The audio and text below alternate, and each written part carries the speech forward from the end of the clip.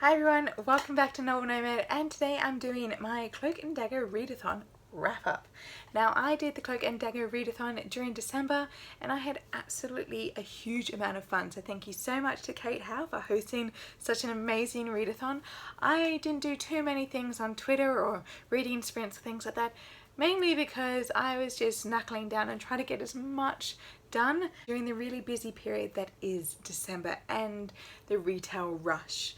So I had an absolute ball though reading, and I think the crime books are wonderful books to read over the Christmas time. So without further ado, I'll go through the books that I did manage to finish, and there are quite a few, so I was very proud of myself. A very successful readathon. First on the list is Mistress of the Art of Death by Ariana Franklin. This one was absolutely amazing. It is set during the 12th century. It is about a woman who's called from Italy. She is actually a doctor and she is called to a small village by the King of England to discover what is happening to these children.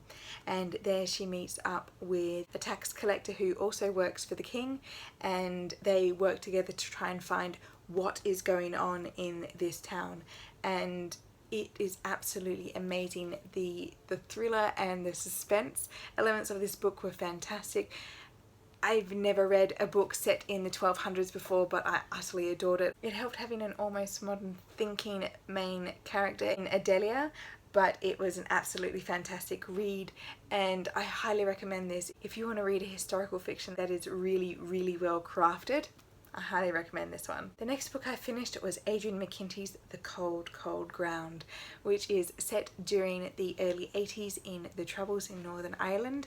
It is just outside of Belfast, and we follow Sean Duffy, who is an intrepid detective as he tries to discover what happened to this man who may have links to the IRA.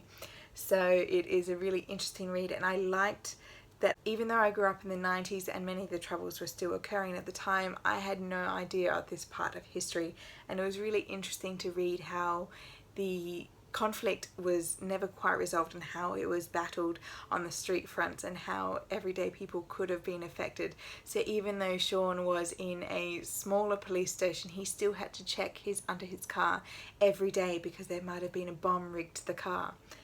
So it was a really incredibly fascinating read. The characters were really well crafted. They weren't like these upstanding, shining citizens, even though they were policemen. They had flaws and faults of their own, and I think Adrian McKinty managed to capture the real grittiness of an urban crime very, very well. Next, I read the two Agatha Christie's that were on my list, which were Murder on the Orient Express and Then There Were None.